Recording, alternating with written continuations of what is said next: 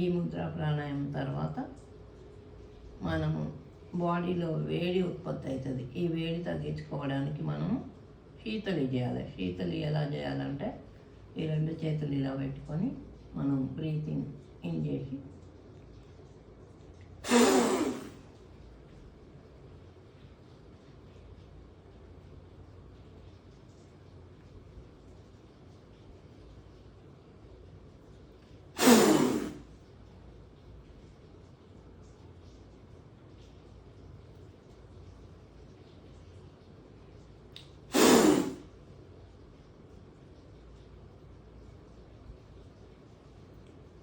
ఈ విధంగా చేస్తే మన బాడీలో ఉన్న వేడి మళ్ళీ నార్మల్ అవుతుంది. అంతకుముందు కొంచెం మనం ఈ బ్రీతింగ్ ఎక్సర్సైజ్ చేసినప్పుడు బాడీ ఉన్నదానికంటే ఎక్కువ వేడి ఉత్పత్తి అవుతుంది.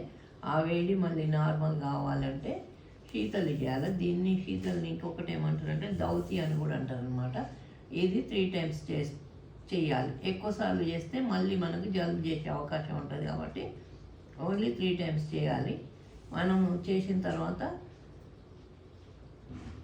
మళ్ళీ కపాలభాతి కూడా చేసుకోవాలి. కపాలభాతి ఎలా చేయాలంటే ఇలా పెట్టుకొని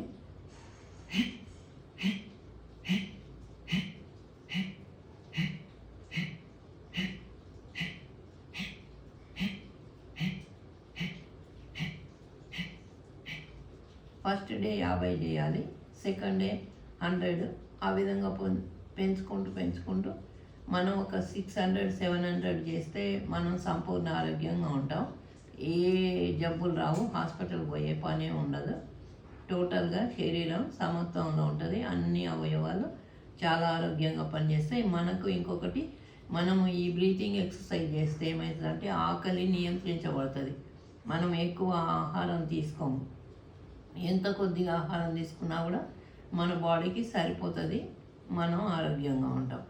కాబట్టి గాలియే మనకు ఆహారం.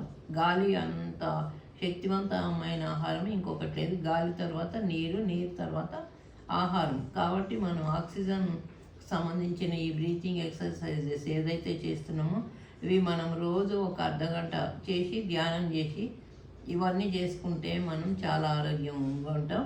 కపాలభాతి చేసినాక కూడా మనం మళ్ళీ ఒకసారి శీతలి చేసుకోవాలి.